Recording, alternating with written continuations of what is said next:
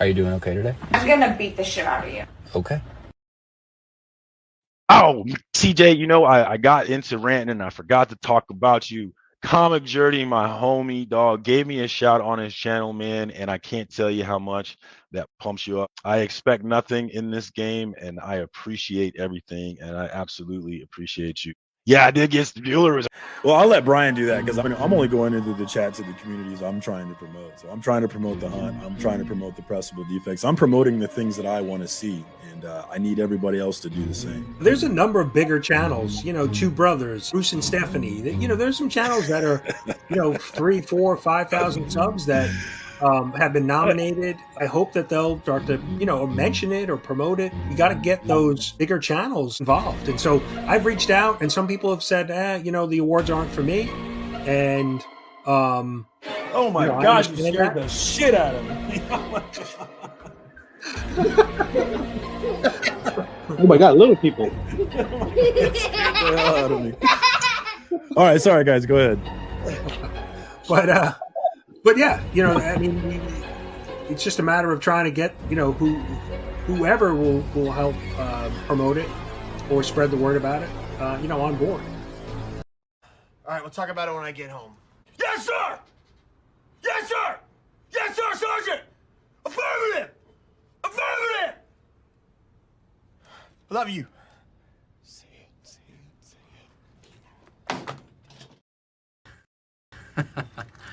It's my greatest dream come true.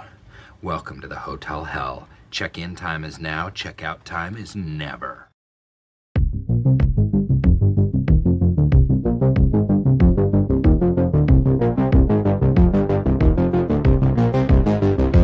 Butts.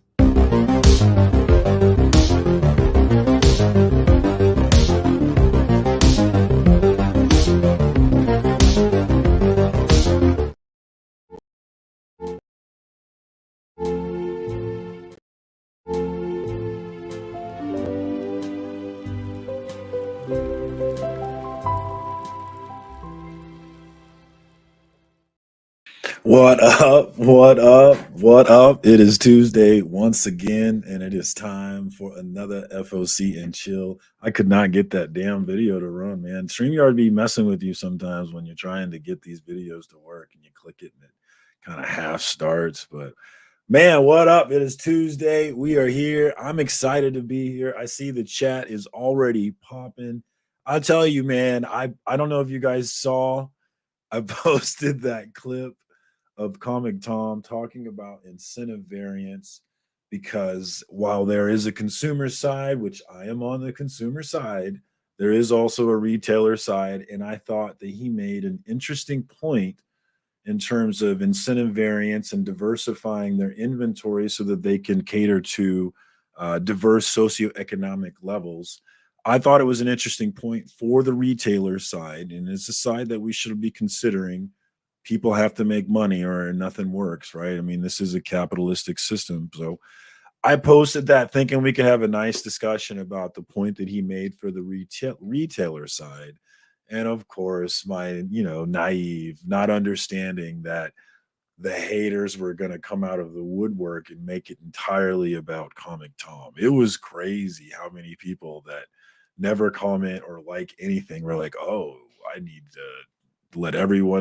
plant my flag on the I don't like Comic Tom hill, which was crazy because it wasn't the point of the post, even though I get it, he was the voice. But I wanted to have a discussion about that, and it did not work out that way. The comments went entirely a different way, but I actually had fun responding to people, so I guess it worked out in the end.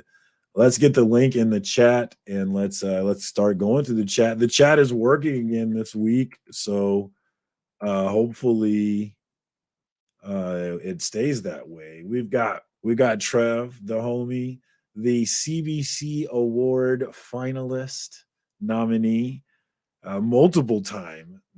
I was like, damn, Trev is out here. Trev's the new Reggie Collects out here. Let's get mad at Trev for winning too much. He's winning. Who is this guy think he is? This Trev guy. First one We here. We also have Evil Mike, another perennial CBC Awards nominee. You've been there every year, right? You've been nominated every Yeah. year. Is that right? You Yeah. fucking asshole. Fuck off. And then we Twice. have Chaos. We have Chaos in Comics. The What's up, homie Chris. He is a loser like myself. He has never been nominated. What's up, Scotty? What's up, y'all? Welcome to the loser team. I got And then we have another CBC Award nominee, Scotty Vaughn. What's going on, y'all? Up with the Comic Addicts show every Monday night. So fuck all of the nominees, the finalists. I mean, wait, you didn't get you're not a finalist, Marcus? Oh no. Are you serious? No. The people don't love me. They just no, it's all good. No, I never, I campaign for the awards, but I don't campaign for myself because I don't honestly think that there's any award where it's like, yeah, it's gotta, I gotta be in there. There really isn't one. So while that actually makes sense. Like you think you would be, but if you thought of the individual, you think about the individual things, you could be like 8th place in 8 of them. Yes, exactly. And so I'm not driven at all. The people who made it should make it, and I'm excited to see who comes out on top, man. I really am. It's going to be fun to see the discussions. I saw Comic Viking and Beckerman did their picks along with the Hucklebuck. I think it was this morning. Didn't I see that this morning? Yeah. So that was fun. That was fun to watch. If you're looking to see who they voted for, they both talked about their votes, which was interesting to see. I really think it's interesting to see who people are voting for, who they're pumping up. Like, for example, Comic Tropes. I was excited to see Comic Tropes jump in the mix there. I'm not really familiar with them, but I know a lot of people are very familiar with them. And so as a result of them being nominated, I'm going to be like, all right, what's Comic Tropes? Let me check them out. And that's the benefit, that's the beauty of the Comic Book Community Awards, is it gives you exposure to people who are interested in this sort of thing. And maybe you can gain new viewers from the exposure, man. It doesn't have to be this, this like Oscars red carpet thing where we all think we're fucking special. I mean, we're just having a fucking time here. You know me, I'm down to make fun of all of you and equally myself, none of us, I'm not taking any of this shit seriously. So, but I am going to have fun acting like I'm butthurt about not being a finalist. I am going to have fun with that. We got Scotty Vaughn on the panel. We got Phil's Treehouse in the house, Phil's Treehouse Trivia. Look for the return of that. It's on hiatus right now, but I'm excited for that to come back. And I'm really excited for the Champions show that's coming, where he's going to bring back all the winners and have them go against each other. That's going to be super fun. I will not be one of them because I did not win, but I was absolutely terrible. I did not deserve to win. I've been betting tonight on the UFC fights, and it's not been going well, although it looks like the current fight is going well, so that's good. We got Beckerman in the house. Says he's here for the FOC, but he's not. He's gonna have to pay attention while he does something else. But I do appreciate him coming through and giving me the click and the view. I appreciate my brother, man. He was on someone else's show earlier. Yeah, he's needed in a lot of places. That's why I don't. You can't expect too much of Beckerman because he's needed in a lot of places, and that's just one of them. Though he hardly ever gets on your show. Well, because he's needed in many places, and I'm not upset about that, man. I expect nothing, and I appreciate everything. That's truly the road that I'm driving on. Travis saying no to the FOC, and that's fine because Beckerman's only saying that to troll. It's purely a troll. We got what else we got? Of course, we got people shouting out the butts. I love that little video I put together. Me too. And the song I found the song on Instagram, and that was in. I was like, yeah, I like butts. Let me think about how I can make this about comic books. And of course, if you're going to talk about butts, dick has got to be included. You can't leave dick out of this discussion. Yeah. That shot of Rogue has to be included too. You can't leave her out. Have you seen Harley Quinn, the animated series? No, I haven't. I've been thinking about watching that. You need to go watch like the 4th season, episode 6, I think it is. Nightwing actually dies in the episode, and when he dies, they bury him in a special coffin that advertises his ass. Like you can actually see his ass Ooh. outside of the coffin. Nice. Ass is shit. I respect ass. I even the men's asses. I have a respect for a nicely shaped ass. You know, the older I get, the more I respect youthful beauty too. I've noticed in myself, like men or women. I'm like, dang man, you look really young and good looking, you motherfucker. I really start to notice it the older I get. We got Cup of Comics in the house. What up, homie? Good to see you. Thanks for coming through. We got Vogs, the Spine Ticks homies coming through. Appreciate you, homie.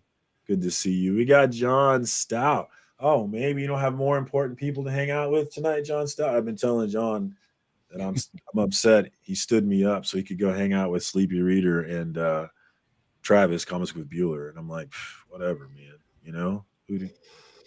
What am I, Chop Suey? We got John Stout says he loves variants. You guys have any thoughts on that? I'm super. That's something that I'm interested in. Is that whole how that whole thing went? The Comic Tom video where I wanted to talk about incentives and the retailer side of things, and Chaos was talking about in the comics what I wanted to talk about. Thank you for doing that because most of the people did not want to talk about what I wanted to talk about. Did you guys see that? Did you have any thoughts? I only looked at my post, but now when you said that, I go, "Oh yeah, of course people would get mad at." Yeah, I did. Yeah, of course. It just what was became, it about? Yeah. Fill me in. What was it about? Yeah, I don't So know. There's they a don't clip. follow your IG, dude. They're like, we muted that guy a long time ago. I expect nothing. I expect nothing. I appreciate everything. I've been gone all day. I've been your wife out has all you day. trained well. Would you just say that automatically? Yeah. Hey, honey. It's just, I don't want anybody to think that I'm, because there are some people who will get mad at you or get cross with you if you talk to the wrong person or if you don't watch their stuff. People get salty about it, and I just want to make it clear to everyone that you're never going to catch me getting salty about it. But I made a post about yes, my guy won. Yes, finally got a win. Comic Tom, it was a video that I had cut from an interview he did on KS and Comics, One True Nerd King and Other way around. Rage Theo. Other way Chaos around. and Comics and Chaos. Sorry. You got. You really should change your name. Official one here. No, they need to change their name. You really should change your name, man. You're kind of I know you got it way longer. There's a Chaos. Anyway. There's a Chaos Comics, not Chaos, just a Chaos Comics store or something. That guy has like 3,000 views, and I've never seen anyone talk about him. And he has 3,000 followers. Is he still active? It's pretty active. I think he has some other channel because in the comments I see people go, "I love your other channel too," and that's like a store. No one knows about that one for whatever reason, but he does. Anyway, go ahead. Let's get to the variant thing. This goddamn variant discussion every goddamn week. So I had watched the interview with him and them and Comic Tom, and Fire Guy Ryan was there too. And the interesting parts of the interview I thought were when Comic Tom gave kind of the view of the industry, particularly giving it obviously from a seller side, not from a buyer side, from a seller side. And obviously there's going to be conflicting interests on those sides. And people definitely showed that in the comments, but I thought he said some interesting things that I had not previously considered. So I was like, I clipped that up for them. I was like, you guys really should share this out. And, because I think it's an interesting discussion, and that never led to anything, but I just decided to release it myself today. So in Comics Tom's defense, give us some highlights about, some neat things. So basically, I'm fine with variants. I argued against it. I don't think it's a good. Let me put it this way: me and Comic Con might be on the same side that variants are fine, but the argument he put forward, I would not want on my debate team. From some, I guess you can twist words in some way to say having a retailer having to buy extra copies to get an expensive variant that he's taking all the risk on is diversifying your inventory. I guess you can twist those words in some way, but you didn't diversify your inventory. You spent a whole lot more money to get a 1 in 100 that you may or may not sell. Well, obviously it works for some people though, because people are like, I agree when we say those. I was like, yeah, that makes perfect sense to me. But then the thing that counteracts that is like, Dynamite has to be making money off all these variants, right? Like, it sounds dumb to me, but there has to be a reason why they're doing it. And the same thing for these incentives, right? There has to be a reason they're doing it. Otherwise, if it didn't make money, it wouldn't make sense. Dynamite's not the retailer. Do you want to talk about the publisher? Do you want to talk about the retailer? Or do you want to talk about the customer? Well, I'm just talking about it. So maybe I'm talking. So Dynamite might be making money. Lots of books with high ratios and indies with small print runs. Is it inflating the market? I absolutely love high ratio variants, and I think it's very important for the comic book marketplace. If you enjoy Boss Logic as an artist in this industry, better have a 1 in 300 for him as an option. It's pretty damn expensive. He's one of the best and greatest artists in the freaking world. And he takes time to draw Ninja Turtles because he loves comics. Also, every year, there are less comic stores than there were the year before. Just 2 years ago, for an entire quarter, stores were shut down. They had to operate out of their store. They couldn't even bring their employees in. Some stores were forbidden to even open up. Incentives allow those who are investing in these comic books a way to get diverse inventory to lower their risk in the event that they're not unable to move, let's say, 3,000 Marvel comics or 4,000 DC comics or 500 Boom comics. Comics and chaos, yo. So the ones that are buying 3,000 of a book. Well, maybe he's talking at a much larger. He's talking about. So he's talking about Mile High. He's talking about not Mile High. He's talking about Midtown. Talking about Midtown. Not talking about yours in my comic shop, because my comic shop bought. Mine doesn't get 1 in 100. There's one shop here that sometimes gets 1 in 100s. There's one shop here, a big one that in Houston we had Bedrock got 1 in 100s, but Mile High doesn't. I mean, you're talking about you go to Mile High trying to get new comics, they get about 10 copies of everything. That's about it. So they're not even new. So once upon a time, when I said Mile High, it's because I'm old. I really meant Midtown, but Mile High. I was thinking no, but I know what you. Mile High used to be in every comic thing. Beckerman, I think Elite Comics in Overland Park, Kansas, they would be on that level, right? I feel like they are pretty solid clientele. Okay, but then do you see what I'm saying? We're finding the big ones. We're thinking of the big ones in our town. Yeah, he's talking about but then in the same breath, he goes, comic shops are closing all around. But it's not the so you have to be this giant comic shop to be able to afford it, for it to actually help you with your per book cost. But most shops are ran by a guy who maybe is going to get 40, then has to make a decision to buy an extra 10, so he hopes to sell the 1 in 50. Yeah, that's the situation with my favorite comic book shop here in town. He can't get that. He rarely gets even 1 in 50s. Maybe he gets 1 in 25s. Well, and he's smart, then, right? He's smart then, but these covers are incentivizing others to buy more. Yeah. Right? That's who it's bad for, is the retailer. Yeah. And so I just wouldn't make that argument. And the diverse inventory argument, I mean, just go look at were people using it? Were they using it ones in people's boxes? You know what I mean?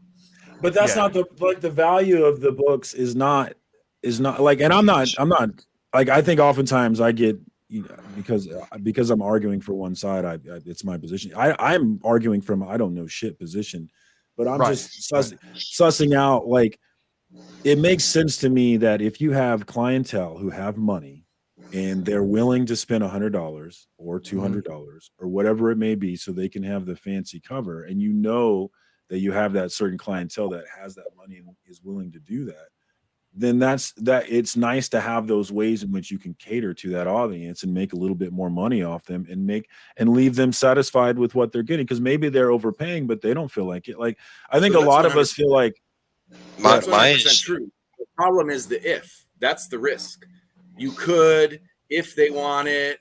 I mean, do they want every Peach and Mocha 1 in 100? 1 in 100? So that's the risk, is the if. You could, you might. That's the risk that you quantify there. But can't they? So unless the guy goes, I'm definitely buying it, and I'm buying the 100 issues to get my 1 in 100. My comic shop will do that. They'll purchase 50 issues so you get the 1 in 50. And like a lot of them, if they can't sell it to their local clientele, won't they just turn around and flip it on eBay? I see many shops on eBay. Some will. These Comics is on eBay here. I got the So 1 I in just 100 Pete Moko Batman Killing Time, which is not that great of a cover, and it's on eBay for $100. My comic shop couldn't sell it, and I got it for 30 oh yeah. bucks from my comic shop. Oh on yeah. Whatnot. If you wait, Whatnot. boy, you're gonna get a nice price. Always wait 6 months at least. You're gonna get a nice price. Yeah. What up, But comic I cap agree that- collectibles? What I do Chicago agree with him though is Salty. what I do Sorry, agree with him though is you want Boss Logic to make covers, or you want some of your biggest guys to make covers. They cost money, and so the publisher needs to pay them, and this is the way that they can pay them.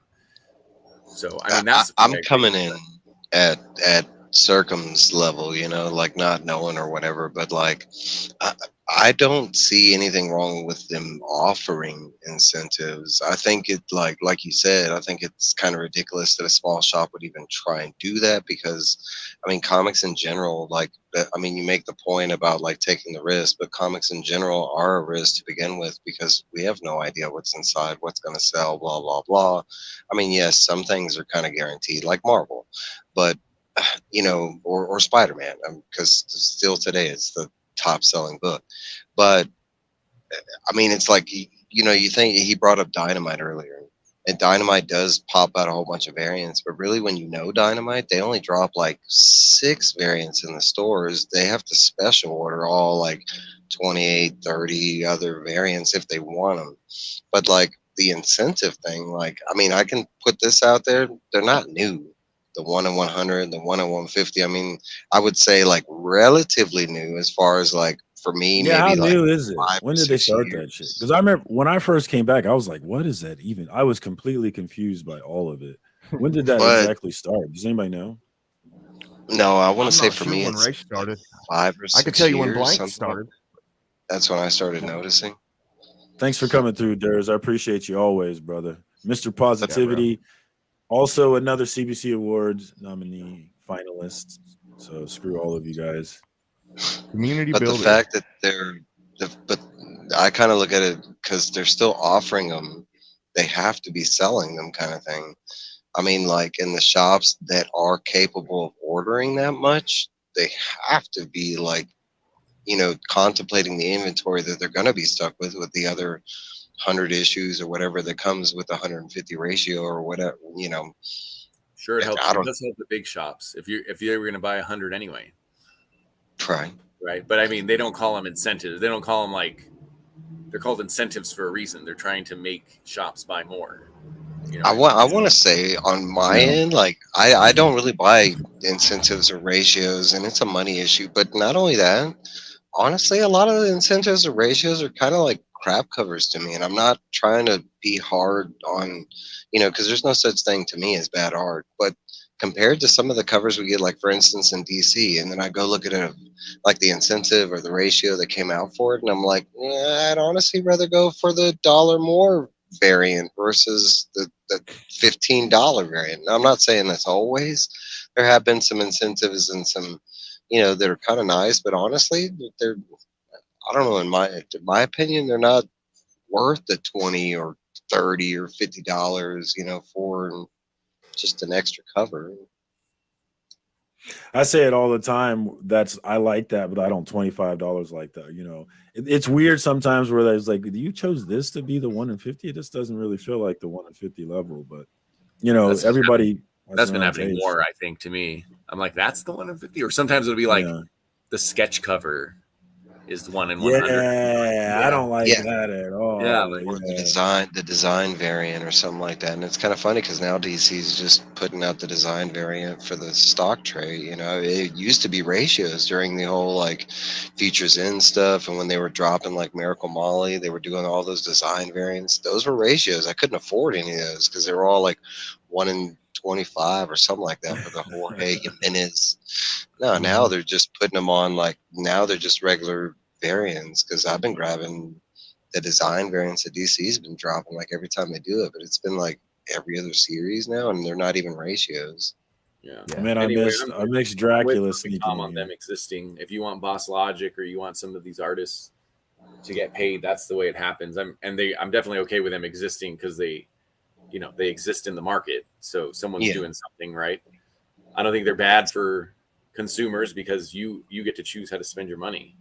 Yeah, and same thing with the shop. Don't, they don't have to order them. I don't know that his argument though was a little bit of the, I don't know. Honestly, I need to hear more of the argument because honestly, I didn't like a lot of what he was saying. Like it didn't.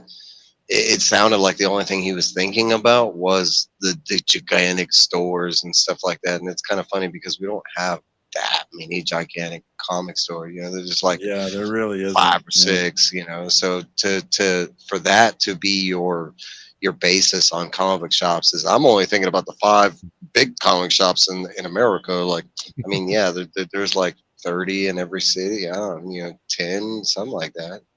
And big I don't know if I'll win this, but Beckerman's talking with swords. But if we're not doing swords, I think I have a good chance. Yeah. But I mean, we do need to figure out this comics chaos comics. We do need to figure this out, and I think Beckerman has a fine solution here. So it's something we should consider. Well, I accept the challenge. 3 on 3 then. And I'm in Vegas, so let's just, you know what I mean. We could find a. We'll go. I'll drive you guys right now to where the Contender Series is happening. We might have to break in, but we got Phil saying retailer Brian Hibbs has had a great column called "Tilting at Windmills," chronicling the highs and lows of the industry over the last 20 years. So I'm interested in that. I am interested in the ebb and flow of the industry. How much money? Obviously, not as much money is being made as was being made at the height of Marvel in the 90s and then Image, but.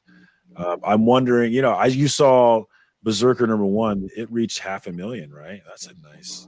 But Whack Comics bought half of those. Right. I bought like 20% of them. You got a pallet myself.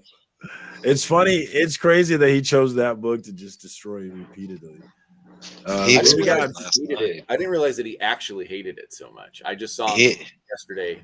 For some reason, I've seen him destroy a bunch of those. I never actually heard his statement about how much he dislikes Keanu Reeves and doing that comic book until last night stream. Yeah. Because I didn't know that either. I knew he had a high passion, for not liking the book, but at the same time, like I didn't know exactly why. That's why I was like, why do you hate Keanu Reeves? I wanted to know, like, what's the logic? What is the reason?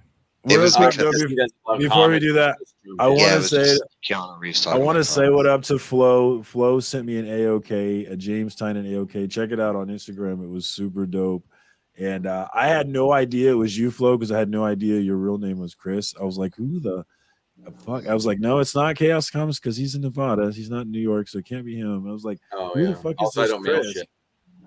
I had no idea who it was. I was like, wow, I hung out with Flo for a couple of days in Kansas City, and I guess I just never got his real name. He was just Flo, I never got the real name. But I'm sorry. Okay, back to it, fellas. Sorry to interrupt. You probably don't even remember now. Yeah, I don't remember either. I was over the. I was asking why he didn't like shit. Now I forgot, dude. Berserker. Keanu Reeves. It was about what was the logic behind it? Yeah. It was from an interview before he started doing Berserk, before when he first came up with the idea. Boom Studios had went to Keanu and asked him if he had an idea. That's when he kind of came up with the idea with Berserk, but it was like basically a 1-sentence idea kind of thing. But in that interview, he kind of was like, supposedly, I haven't seen the interview myself, but Lee was saying that Keanu Reeves was just kind of like dogging the industry. He was more along the lines trying to create something so he could use that as far as like in the Hollywood side of it. He could create something in comic books and then take it to Netflix, movies, whatever. But that was his sole reason. But that's why Lee didn't like him. I don't know. I loved him. Yeah. I've seen every other reason in the world to love the guy, honestly. I love Keanu Reeves. I like his stiff acting. I like, And I'm with you. Might not know it because I cut that video with Comic Tom with that video, but I actually agree with Beckerman here. I kind of like ultimately I agree it's a capitalistic system and you got the money to buy it, fine. And they must be making money off it, otherwise they wouldn't be doing it. But it does seem like too much and too much of an expansion, and like having too many channels to where we're not having the same experience because we all have these different covers and whatnot. I don't know. Yeah, I feel like it does. I can touch base on that because I actually enjoy that part of it because you talk about like Comic Journey makes so much fun of that. We have that hashtag look at me. Well, that's what that applies to is everybody like just showing off their books, right? Hashtag look at me. That's what we all do, right? We're just showing off our books or we, blah, blah, blah. But like when you get down to it, we all get to see a little different because we all do pick up different variants and stuff like that. Now I'm in the agreement with Mike where I think it's a matter of like too much now. It's like every issue that comes out, you have like 18 options on it. And it's like DC now. You have like 5 options of cover, like Night Terrors. I mean, you didn't just have like even the spinoffs. You didn't even have like 1 or 2 options. You had like 9 or 10. Honestly, I don't know how many options, but there were a ton. And even in my shop, that doesn't like fully go out on variants and ratios and stuff like that. We get like maybe 5, a comic week, but like they had quite a bit of like regular variants for DC and Marvel and stuff like that. To me, it's not, it's kind of like what Mike was saying. It's not earned anymore. It's now it's just like, we're just going to throw this artist on the cover and, for no apparent reason, just because, or maybe because it's a big name or I don't know. The artist that you don't like, someone else does. I'm completely fine with the variants and over ordering tank the industry, but that was extreme. It was extreme. We're not selling the amount of comics that from the drop in comics from like 94 to 96 or whenever the drop was. You're not even selling that much today. I mean, the industry's been dying for 40 years straight. What's up, Mark? So what up, Mark? There's always going to be someone like me that's just going to wander into the comic shop every week, and it's just has to be that. It's just going to be that small. What are we bitching about this week? Well, if I said I figured you got variant. What are we mad about today? It's the variant cover discussion, Mark. Point me in the direction, Marcus. I'll take off. If you're jumping on, that means you already got something to say, I thought. No, I did want to point out that buybacks are a thing these days that weren't a thing back in the day. Comic shops have true too. Open order buybacks on a lot of stuff where they're incentivized to order heavy and get the incentives and do this and that. And the companies do buybacks on unsold stuff. That's not across the board. That's occasional. Most of the time you're stuck with the inventory. The buybacks are very occasional. They're occasional, but they're not very occasional. They do them at a very smart time. But for a book, yeah, but you don't typically see like Beast number 37, 7 covers. By that point you have an A and B cover kind of thing. You know what I mean? Like they do have somewhat of a formula to it. Unless you're Dynamite. Buyback they had, and it was a big book, but I was surprised that they even did it. Like Night Terrors 1 wasn't probably. I doubt Night Terrors 1 was any kind of buyback, like the way magazines are, for example. Honestly, and I don't, but I have heard a couple of the buybacks. But honestly, it was like Berserk, Something is Killing the Children. Like, but it wasn't that book. It was House of Slaughter. I remember Boom Studios did it like twice. Now, as far as Marvel and DC, I'm not sure. Yeah, I know my shop get stuck with a lot of variants, and they even do this like $2 variant bin kind of thing. And Damien says something here that was a common sentiment among the haters or the people who are upset in the comments on the post I made was this feeling of looking out for the naive or the comic book buyer who doesn't know enough and they're just wasting their money. But like my thought is like if you think about it, like this industry is mostly 30-plus-year-old men. And so what we're doing is we're worrying about how grown-ass men might be wasting their money on these ratios. But it's like if they're doing that, then, if they're not wasting it on ratios, they're probably wasting it on something else. It's like I don't know if I'm capable of worrying about that as much. But I don't know. Maybe that was a common sentiment in the comments. If you look, is like people feeling like they needed to protect this like naive comic book buyer. But I'm wondering, does that naive comic book buyer really exist? And does he need to be saved? Does he need to be saved? Well, I guess the flip side of that is it doesn't matter how old you are. If you're coming into something like the comic book hobby, which there's a huge community aspect of it, not just online, but even in your shop, you know what I mean? Like the other strangers that walk in there that are looking at books, I'm talking to everybody, you know what I mean? And Like there's just a good natured feeling to this hobby.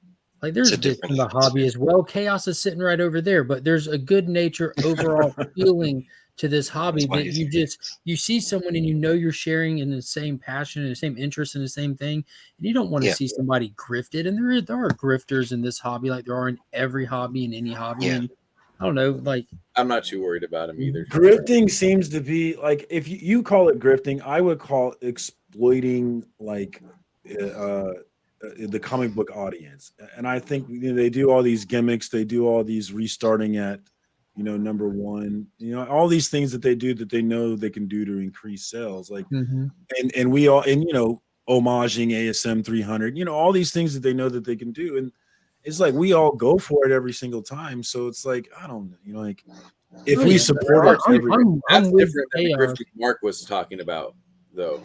Like that's say it again. Something Mark was talking about, like maybe like some whatnot sellers and stuff like that. That's exactly. Yeah, I wasn't like I'm all for the comic companies doing whatever gimmick they got up their sleeve to sell books. Because like Chaos pointed out, you might not like this artist, and 1,000 other people might not, but these couple people do. You know what I mean? And like I'm all for that. I don't have to buy a book. I don't. You know what gimmick I love, and you think I wouldn't like it, is this new facsimile with the shiny cover. Yeah, I love it too. I love it. And it's the 90s. I do, and I don't. I'll tell you what I don't like about it is the facsimile costing like $8 or $10 or that's what you got. Like I'm good with like $3.99. Cheap, baby, shine like gold. No, I'm not talking about the foil ones. I'm just talking about like the regular version of it. It's to be expected though, because they're charging extra for a card stock, and then you're doing a card stock foil. There you go. Yeah. I got my Omega Man. I got my Omega Man. You know what I like about the foil though? You know what you can cook your pizza on it. Right? No, it's harder to fake. You know what I'm saying? It's harder for like the grifters to like say like, hey, this is the first. I got the whole 181 like they were doing with that Mile, the Ultimate Fallout 4. Point. All those eBay sellers that put up like first appearance of, if that shit's shiny, I know better. Right. Well, the Miles one was tough because they were both $3.99 or whatever, right? That one was tough. The other ones though, you could see, I was like, wow. Yeah, there's only like one very small difference. Me and an LCS owner was checking out the differences one day, and there was like one tiny difference. It's in the UPC. Yeah. It says. Well, they shouldn't do that. The publisher shouldn't do that. Where it should be easily discernible. Brian, you should check Marvel stocks. That's why. Taki mentions that, have we seen the retailer incentive for Zatanna 16? The facsimiles, they have variant high-end covers. I don't know. I kind of interested, like, what's the cover look like, though? I don't know. Maybe I don't hate it. Zatanna 16. I mean, if Zatanna 16 was a Dynamite book, it would have all those covers. It'd have 30 of them, man. Yeah. I generally don't like them, but sometimes I like them. I loved the DC Federico or the Federici ones. Ricardo Federici. There we go. Ricardo Federici scale. Ricardo? He's an amazing artist. Even the ones that weren't that good, I still thought they were awesome. I love it. I just ordered an A cover that he did last week for like an Archie horror comic. Oh, nice. Yeah, Madam Satan. He's the artist in Beckerman's book, The Last God. I was about to say, you son of a bitch. I was about to say that. I mean, he's the one. He is in Last God. I was trying to think of where I really like him. It was Last God. We've got a first time joiner. What's up, Taki? What's up, man? Can you guys hear me? How you doing? I thought you retired from YouTube. Well, this is a big deal. So give this man a big screen. This is the thing with the Zatanna 16, though, is that book is 15 years old. I got kind of books. Now, what am I going to do? Start buying retailer incentives? Oh, so you're so you're coming from the completist.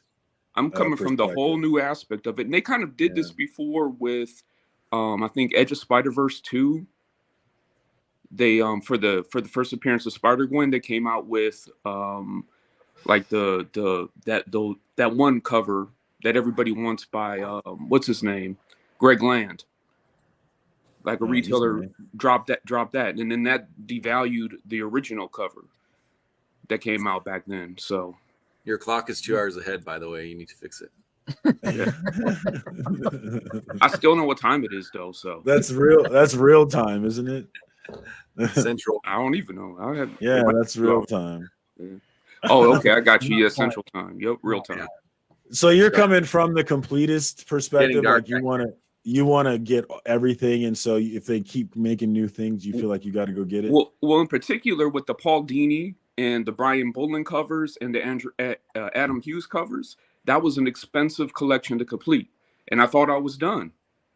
Now I got to go back in, and I have to go possibly buy this cover if I want to say I have them all. Well, if you sell them all, you don't have to worry about none of them. What's that? You sell them all, that way you ain't got to worry about them. No, on to the next set. No, I'm not. No, I'm not selling. What's the next chase after that one? No, that's a very important book for me. I love that series. That's the reason why I went in and got all those. It just wasn't the art. It was I really love that series, and I wanted to have all of them. That's like, that's how we. You got to get them all. You got to get the UPC. Yeah, you got to let that in this game nowadays. You can't be a completist. I know, but for they gonna get you. Series, that's who they get. Yeah, I know, but now this is a whole new game because they come out and they have the facsimiles, and then you have, retailers that are jumping on it with the exclusive variants. So you have those exclusive variants that aren't the ratio variants from the company. So, and what's funny is those exclusive variants, they can hit any way they want to hit, because with a print run of 500 to 1,000, they're rarer than the ratios. Yep. Like a 1 in 100 is more heavily printed than a 1,000 limited print run. Yep. Yeah, very much true. So there's really, you never know. So you got to get them all. Yeah. It's like it's so true. Like that random third or fourth print is the one. Like a Digimon. It's like, what the hell are we doing? It's a new level to the game. And I kind of had a feeling that they were going to do it, but I didn't think it was going to hit home like that. And I was trying to collect every NFT. I got you. Also, I got the NFTs too. I think Damien makes a point, for the people who feel like there's too many variants, is, it is employing a lot of variants. And if it's selling, if it's making money, who am I to complain about too many variants? And you got for example, Tom King has never gotten artist money, and now he's gotten artist money for his 3 variants. Yeah, they were awesome too. They were so cool. I wanted them, son of a bitch. The April Fool variants were amazing. Damn it. But to validate that point that he was talking about, it's not just all artists, it's different levels of artists on top of that, because sometimes you have some common street level artists that have gotten to do variants and stuff like that, and then of course you have the bigger. I've seen and then you have different companies like Marvel doing with the Stormbreaker covers, where they're breaking out new artists. The milestone. The artists have been around for 10 years, some of them. Well, some of them, but then there's some like Peach Momoko showed up brand new as a Stormbreaker. Yeah, she came out of there. Some of them are called Stormbreakers. I'm like, I've been buying that guy's art for freaking 8 years. Yeah, you're exactly right. Some of them have been around for a while. I didn't even know that's what that meant. I had no idea. It's typically like a new wave of artists. They're new artists, yeah. Beckerman makes a point where the proliferation of covers has, made the interiors worse because people aren't making their, they're not getting their skill there before they get the opportunity to do the cover. He's right. I think that for some people collecting their baseball cards, like they don't read them. A lot of people, these are just baseball cards. There may as well not be anything inside. That's fine too. Right. That's why are they bad for are those people bad for the comics? Because I feel like a lot of people act like they're bad. It takes all kinds, man. And not the ratio. Not the ratio. The ratio variants are fine, because as long as the stores are responsible and they know how to order, and more importantly, they know how to sell. They got that 1 in 100 sold before they order 100 copies of it. They'll be fine. The retailer exclusives, that's a whole new game that started right at the right time, right at the beginning of the pandemic. And you've seen some people lose their shirts from it. You've seen people become very profitable. It's been very lucrative for some people. So you have winners, and so it's a game that you have winners, and not everybody's winning with this game. And to touch base on what Mike was saying, back in the day, it was like one writer, one artist. Nowadays, it's like, how many different people are doing the covers versus doing the interiors. The interior is usually somebody different, and on top of that, it'll be like one artist that's doing one book, but also doing like 6 or 7 other books at the same time. So I want to believe that's why you get the not so great interiors. I don't know if that has anything to do with the variants. People aren't reading them either. Well, that too. Yeah. So the interior art doesn't really matter. Nobody's going to read it. They're just getting it for the cover. I did see that interview. So Tyler says that Keanu basically belittled the comic book industry and literally brought the idea of a guy going berserk in a field, and that's it. And I remember hearing him say that in an interview, and I'm like, how the fuck are you a writer on this thing if that's really what you're bringing? Matt Kent is the writer, though. Yeah, Matt Kent's the writer. I don't think Keanu but it's like, did he really create anything? Just guy going berserk. Well, we could belittle something before we jump in, and then once we actually get into it, it's a whole nother story because now we have a different outlook on it. We have a different understanding of it. I think Matt Kent, though. I think Matt Kent took are we talking about Matt Kent or cover still? I walked off. I'm sorry, but I think Matt Kent took a hit to his perceived quality because he used to be like people. I believe so. Yeah, people used to see him right there, like Mind Management and all that kind of all those indie books that he used to do. And writing Berserker, people are like, I've heard just people go like some Matt Kent written shit or something. You know what I mean? So I've heard the same.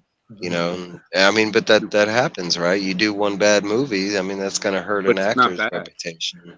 No, I'm not saying it's bad, but I know what you're saying, but the actual quality of the book isn't bad. It's the perception. Nah, Berserker wasn't bad. I made it all. I read the first 2. It was fine.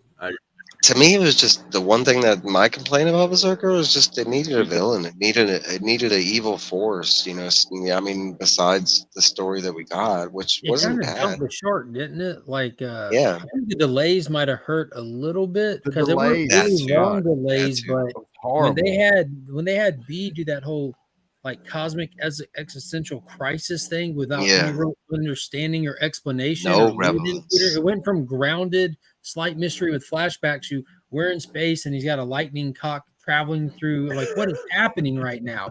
What is happening? It got crazy. I'm like, I need the next issue now. And then the next issue didn't address it. I'm like, wait a minute.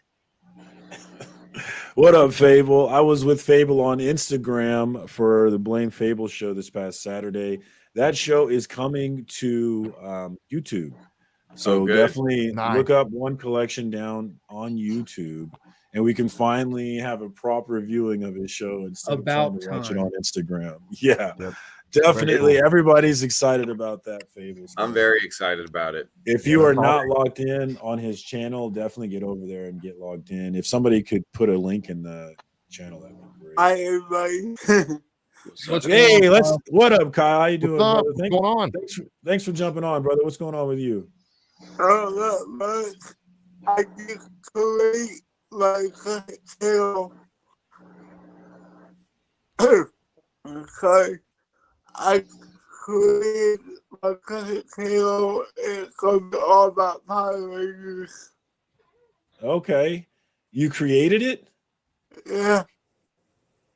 Oh, that sounds dope. Is that on your channel? I'll let you know. Okay, that's what's up, y'all. That's what's up. Look for that. That's cool. Hell yeah. Created a Power Rangers story. That's pretty sweet. Go Power Rangers. We'll definitely have to let Berg know. I like Power Rangers. It's the 30th anniversary yesterday. I used to watch. I watched Power Rangers when it first came out, man, and I watched it. It was so cheesy, but I just couldn't stop watching it for some. I saw it day one. I saw it yesterday. So, have you guys heard about what Kyle Higgins is doing with Ready and Black, where he has the variant story now? What's that about? So issue B does not equal issue A. Oh, so they're two stories. What? So by cover A, different story than cover B.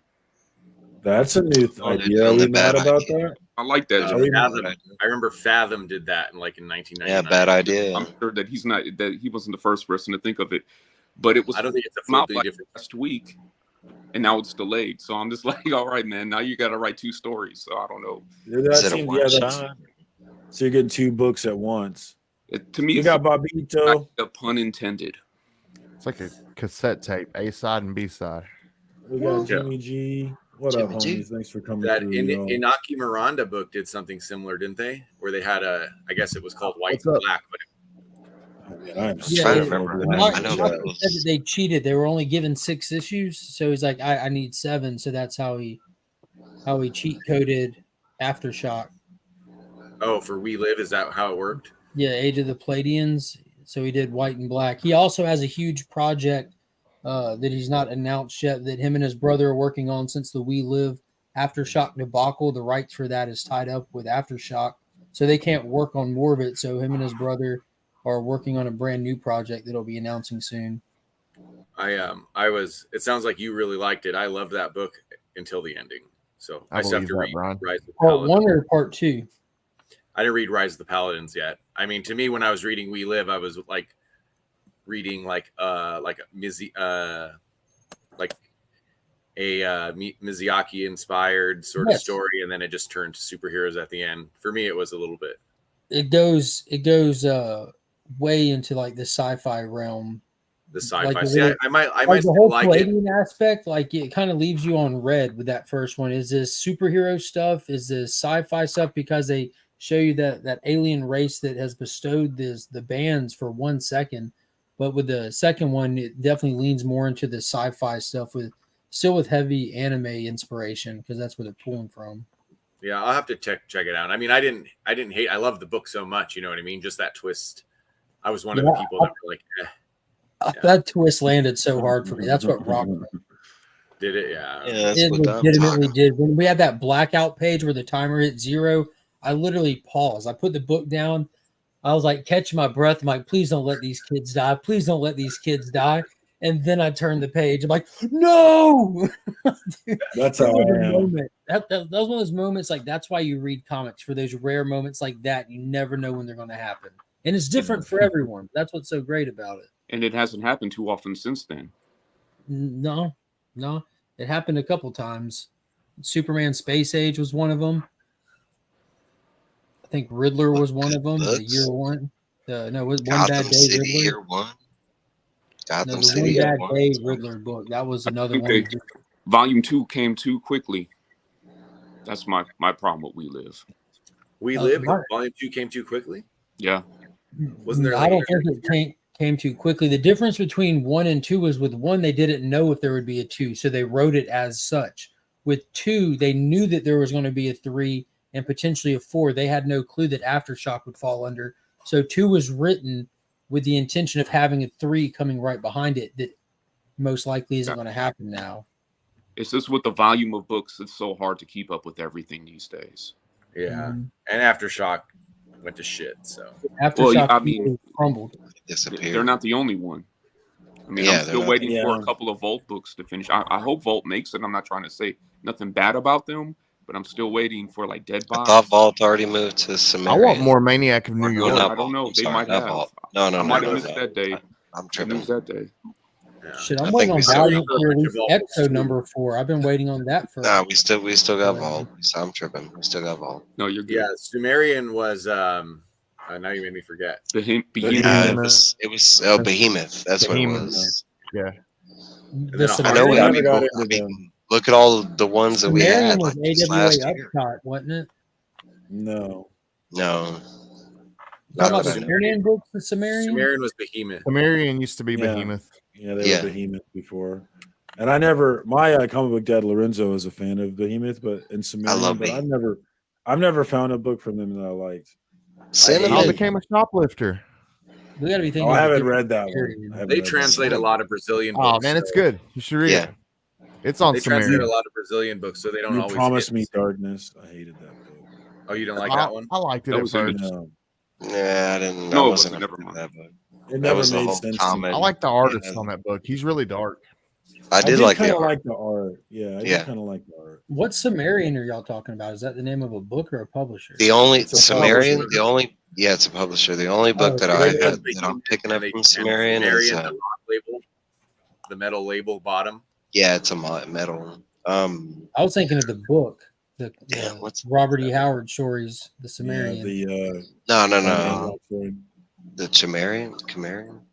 They're doing a lot of really weird format books books right now too. And those were ablaze. They're upshot. Well, now they're tight. Okay.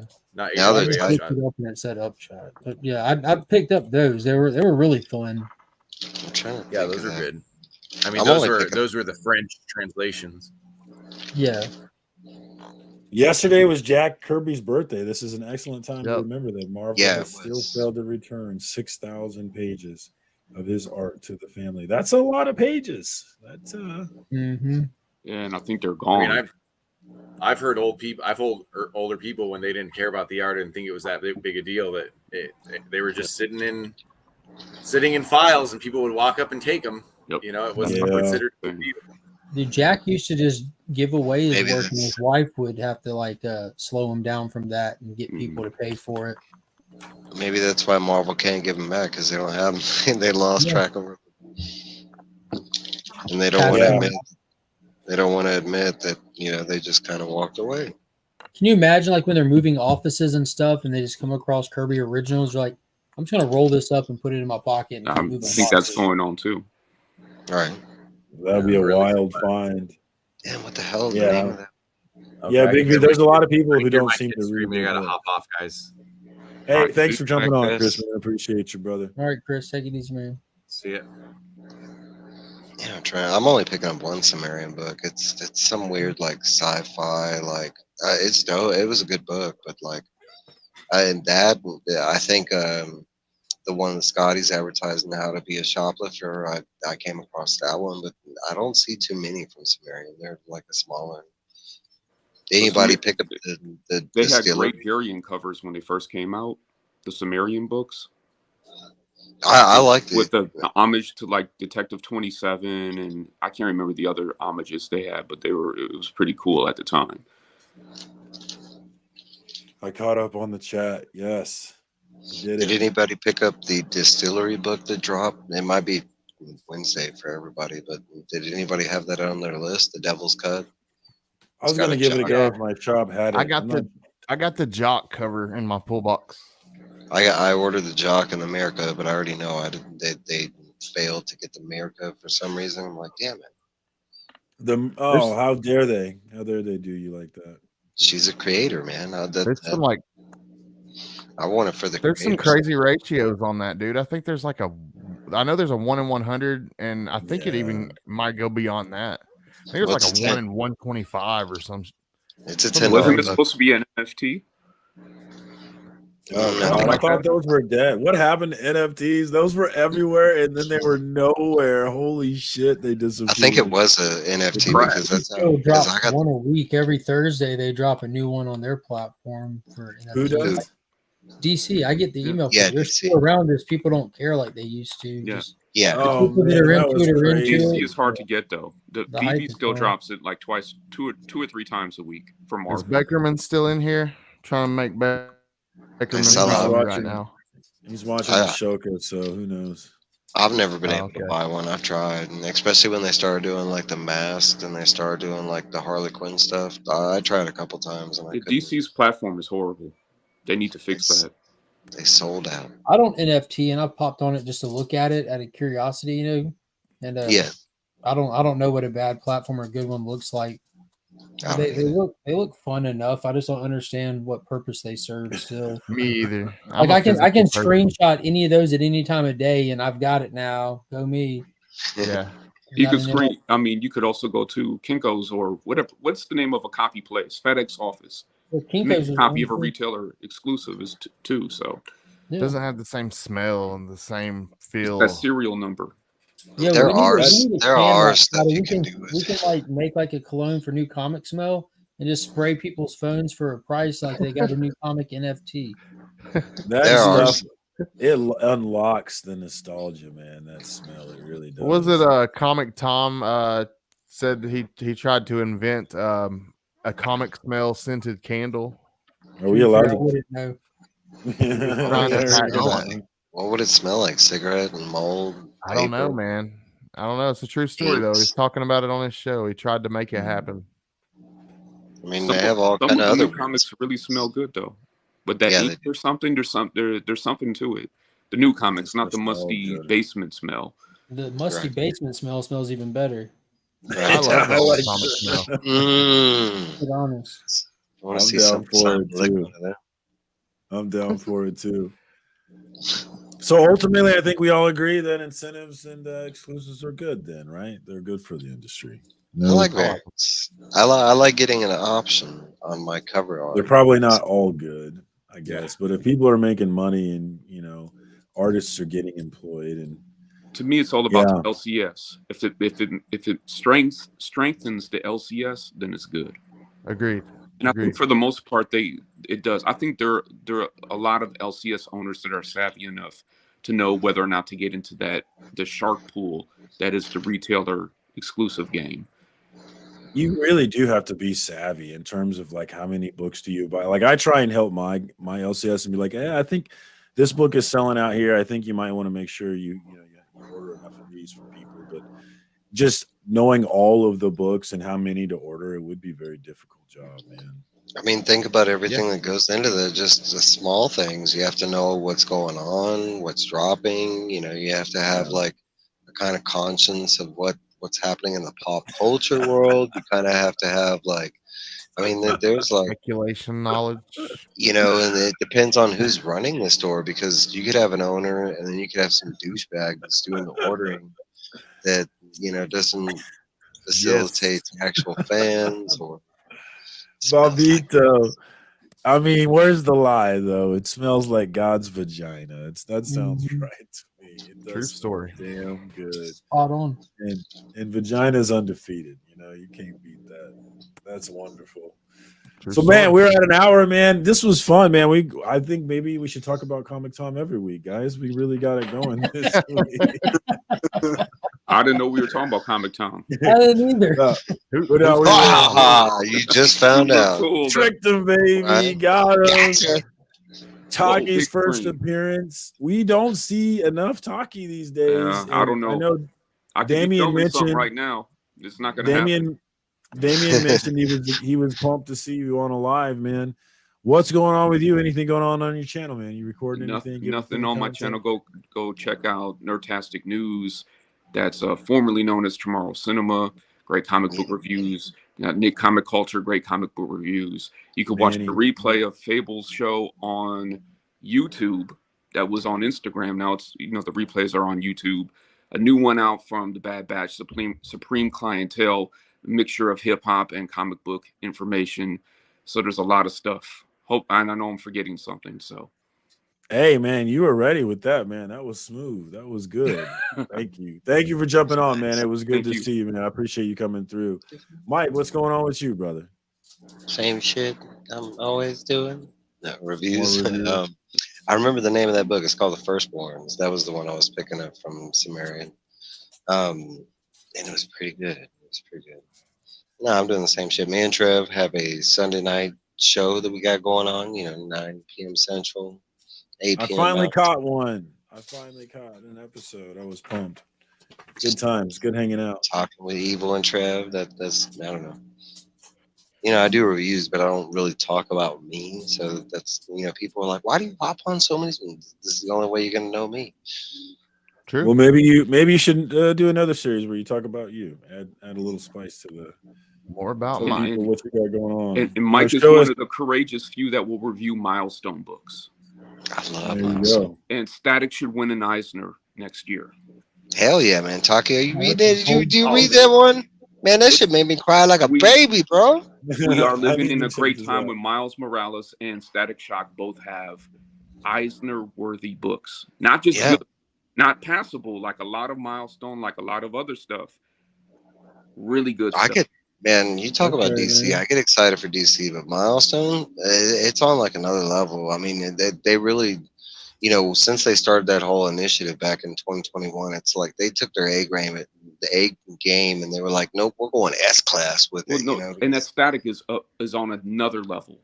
Yeah, I mean the Hardware Icon book is kind of like I'm I loving love it that too because they brought Brainiac in it now. They're tying in the DC universe. Yeah, we got it's Vandal getting Savage. We got but Brainiac. that's fun, but Static is on another level. Yeah, it is. It is.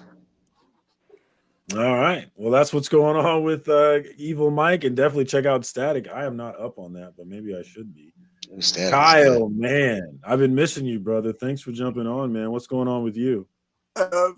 Tomorrow, I'm going to talk about my new channel that I started. A new channel? Yeah. It's okay. It's going to be called Back to Action with Kyle the Red Ranger. Okay, the Green Ranger? Red. I like that. Red Ranger. Okay, got you. Hell yeah. Nice. Okay. And that's going to be a completely separate channel from your current channel? Yeah. Okay. But, all right, well make sure you get the link to us. Yes. Well, that's what's up, man. Go ahead. Oh, go ahead. Thanks, Jose. Thanks, Trey. Well, that's what's up. Definitely check out Kyle. That's my man, and it's always good to see you come through for FOC and Chill, man. Kyle, you're one of the early ones that jumped in, so man, I appreciate you, brother. Thanks for coming through again. Mark, I always like it when you jump on because I know you got something to say. What's going on with you these days? I'm posting Kyle's new channel in the link right now, but I'm not a moderator, so you can't click it. But there it is. All right, I will fix that. Back to Action with Kyle the Red Ranger. But I'll be on the CBC Award nominated show Guess That Key tomorrow night. And the guests will include Digger Jim's Comics, as well as Gary B. the Casual Comic Guy. Ooh. And I've got a tour of Ollie's coming tomorrow because a lot of people are talking about Ollie's these days, but how many people have been inside of them? So we get to go inside Ollie's tomorrow. If you're a channel member, all that's already available. And then Friday morning, I'll be on the CBC Award nominated Community Hangout on my channel celebrating my birthday. And then Friday night, I'll be on the CBC Award nominated show In the Mix, hanging out with the homies. Oh my God, you don't have to brag so much. So everybody go vote at the CBC Awards that Marcus stands for. So that's why I'm just trying to. Marcus loves it when I push stuff I'm into, so I'm trying to push stuff he's into.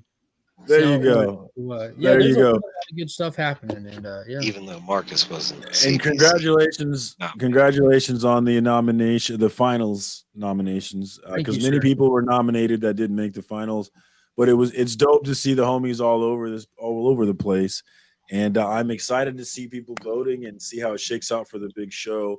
I definitely hope that we have a good time and we put on a good show. Man, that's tight. That was today's. My wife draws in every single one of Finn's lunchboxes a different thing that he asks for.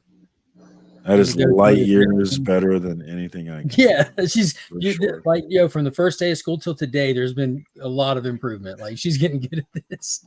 From Godzilla to Ninja Turtles, yeah.